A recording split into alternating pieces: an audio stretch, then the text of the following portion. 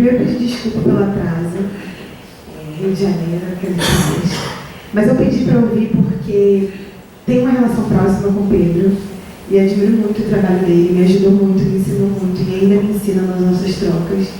E Diego também. Então, assim, eu queria me colocar também no lugar de ouvinte, de quero assistir esse pessoal, sabe? Mas é isso, fui convocada e aqui estou. Eu fiquei, assim, atravessada pela fala do Diego, pensando qual é o lugar da dança dentro da escola, né? E aí eu fico pensando assim que eu avancei, eu consegui avançar.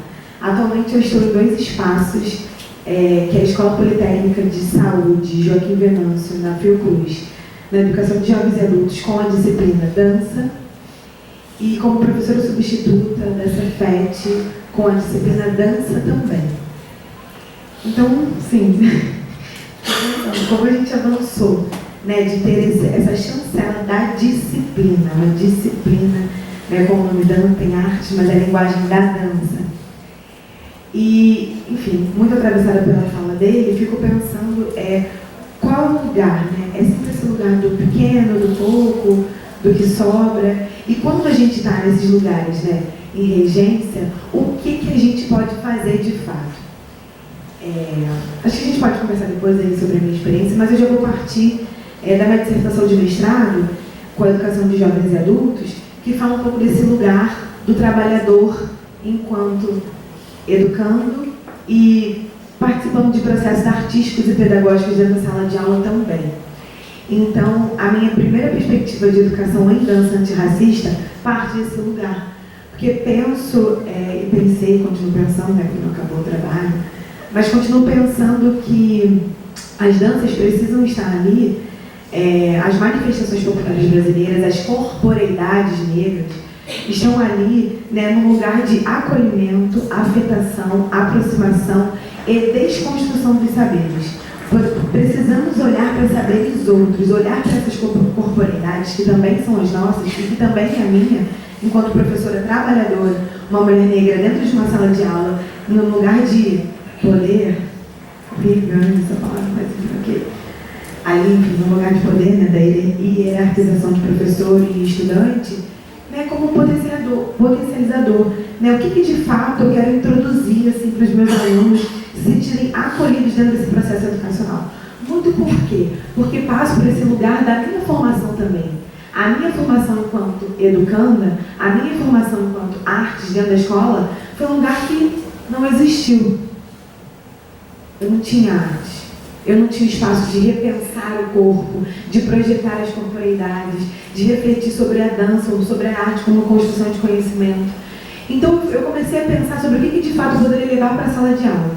E aí eu parto das manifestações populares, né? E aí, manifestações, cantos, ritos, rezas, ruas, danças de trabalho. Danças de trabalho foi um lugar que eu encontrei para aproximar os meus estudantes desse lugar das artes, como potencializador, como fazedores de arte também. Somos trabalhadores e também produzimos alguma coisa. Podemos fugir desse refúgio que promove o corpo capitalista. Então, parte desse lugar. E agora a escola, numa iniciativa, assim, um diálogo muito maior, tem esse selo de escola antirracista. E aí eu fiquei pensando, né, assim, o que eu posso promover? E não só o que eu posso promover, o que os meus pares podem promover? E como a gente pensa? O que a gente está pensando? Como a gente vai pensar? E aí, enfim, venho pensando, eu escrevi um textinho que eu vou ler no final. E aí estou atualmente na Cefet também, como professora de dança. E aí comecei a entender que a educação antirracista, ela não é um projeto. Ela está implicada justamente nesse lugar de arte e vida. Pelo menos para mim. Enquanto corporeidade, enquanto mulher negra, eu não penso nisso como um projeto que vai acontecer em alguns momentos do ano. Eu penso em um saber que me encontra e que é o saber que eu quero levar para a minha sala de aula. Então não é desconstruir ou não levar outros saberes. Muito pelo contrário, é fazer o encontro, é trazer as perspectivas, é trazer os olhares, é encontrar esse lugar da diversidade, da pluralidade.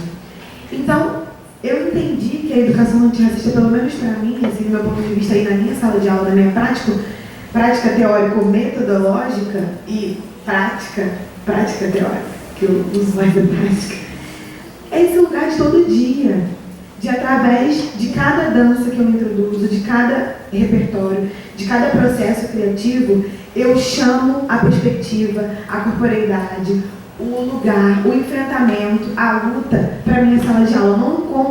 Não entendo, não compreendo como um lugar distanciado. Então, atualmente, a Cefet, enfim, claro que a gente tem uma perspectiva das relações étnico-raciais, mas não é algo que tem o tal do siglo lá, que a Fiocruz já tem.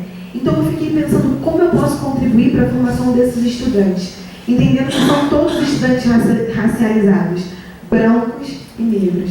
Então o que a gente pode trazer, o que a gente pode fomentar ali na sala de aula?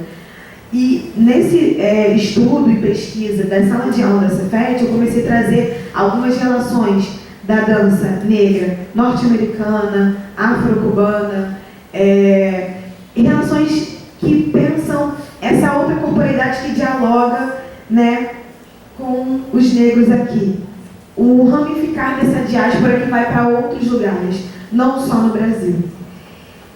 E aí, essa é uma pesquisa, acho que uma pesquisa, mas eu entendo como uma pesquisa, porém mais com um lugar assim, de uma pesquisa ação, de uma pesquisa que se faz a cada dia, de uma pesquisa que parte da minha prática, de uma pesquisa que eu preciso olhar na minha sala de aula e perguntar por onde pesquisar esse território, por onde eu vou caminhar.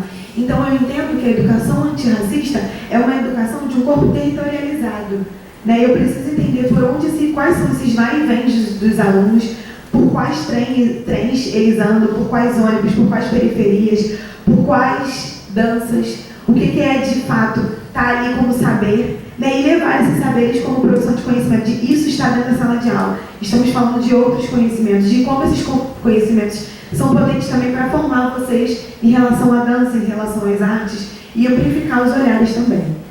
Quantos minutos? Não estava nem olhando, estava prestando atenção, você tem um monte. Então, enfim, eu produzi um textinho que é um texto assim, um pouco provocativo, né? É um texto que surge como um lugar de vamos pensar junto, provocativo nesse lugar do diálogo, tá, gente? De vamos pensar junto. Então é um convite, na verdade é um texto que é um convite. O que é educação antirracista? Eu faço essa primeira pergunta para poder entender se todos nós desse ambiente, de outros ambientes, compreendemos o que é racismo, o que é educação. E não, eu não irei dissertar sobre o manual de como você deve agir para promover uma educação antirracista. Minha forma, minha maneira, minha contribuição aqui nesse debate é fazer a convocação para o seu pensamento sobre o que promove a sua prática. Você já admitiu a sua construção racista? Já que todos nós somos forjados nessa estrutura racista, fico me perguntando, quando a gente vai fazer essa reflexão? Não tem expertise para promover detalhadamente aspectos teóricos e metodológicos de cada disciplina curricular da educação básica, visando contribuir como cada professor deve se orientar. Minha expertise vem da experiência de como é ser negra nesses espaços de educação formal e informal. E por isso, achei por hora mais coerente perguntar: o que vocês têm feito com sala de aula de vocês? Convido a todos a repensarem suas práticas, por onde andaram e por onde continuam andando. Em julho de 2009, a escritora nigeriana Chimamanda Adichie realizou uma conferência no evento Technology, Entertainment and Design, TED, intitulada O Perigo da História Única. Nessa palestra, a escritora tratou das articulações perigosas que se estabelecem em torno das histórias que são contadas e compartilhadas a partir de uma única referencialidade, assim como das implicações dessas narrativas no que se refere à construção do estereótipo da subjetividade e de territorialidade. Então, a gente está, de fato, promovendo várias histórias, ou a gente está todo dia afirmando uma história única, com a nossa própria corporeidade, com o nosso corpo dentro da sala de aula. Ainda que você seja uma pessoa branca contra o racismo, sua figura se beneficia do racismo. E acredito que essa seja uma boa forma de fazer um dever de casa, desses exercícios que talvez se repitam todos os dias e é o que eu mesma faço. O que vocês podem fazer onde estão? Sugiro pensar sobre colonialidade do saber. Em que porcentagem está o eurocentrismo dentro do seu plano de ensino? O que dita justamente a, dois pontos, colonialidade do currículo. Somente quem você está afirmando que pode dizer sobre esta concepção? E na dança, esta concepção de corpo. Existe qual projeção didático-pedagógica? Quais são os saberes e quem fala dentro da sua perspectiva curricular? Colonialidade das formas de ensinar. Qual é o seu exercício em produzir outras formas de aprendizagem que dialoguem com a diversidade racial, que para mim é produção de existência, que existe em sua sala de aula? Não pensemos sobre uma perspectiva afrocentrada. Bárbara Carini, professora e autora do livro Como Ser um Educador Antirracista, compreende que o antirracismo ele é caracterizado pelo protesto, pelo enfrentamento e pela denúncia do racismo.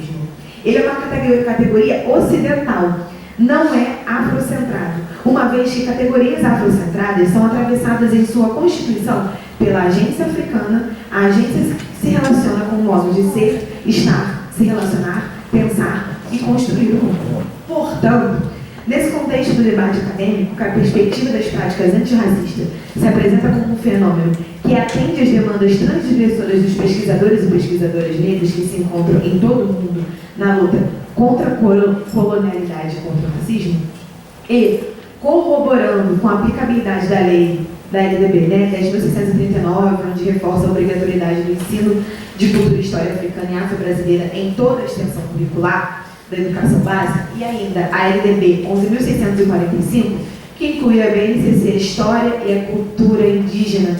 O caminho não é pela obrigatoriedade, e sim pela perspectiva da reparação histórica e equidade racial. Falamos de educação básica, porém, onde formamos os profissionais que atuam no campo? Na universidade. Portanto, em conformidade com a lei, é necessário que repensemos nossa prática em ambiente acadêmico para que estes profissionais em formação possam estabelecer outras perspectivas. Ou seja, é o trabalho mútuo da educação básica e da universidade. O trabalho nunca para. Enegrecer espaços acadêmicos também é, e não somente pelo conceito da representatividade, contribuir para a viabilidade desse deslocamento de pensamento e prática.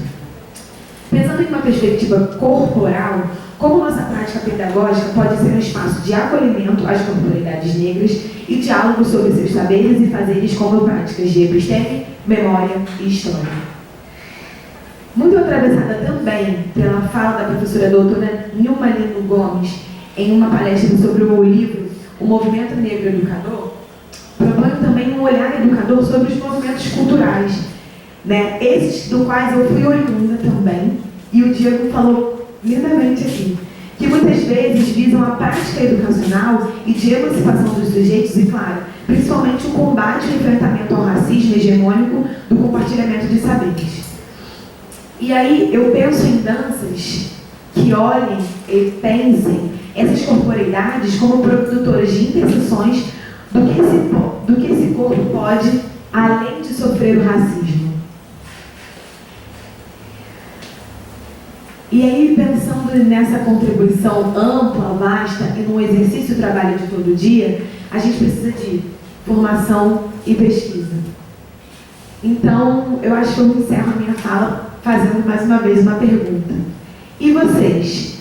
Por onde começa a luta antirracista de vocês? É isso, gente.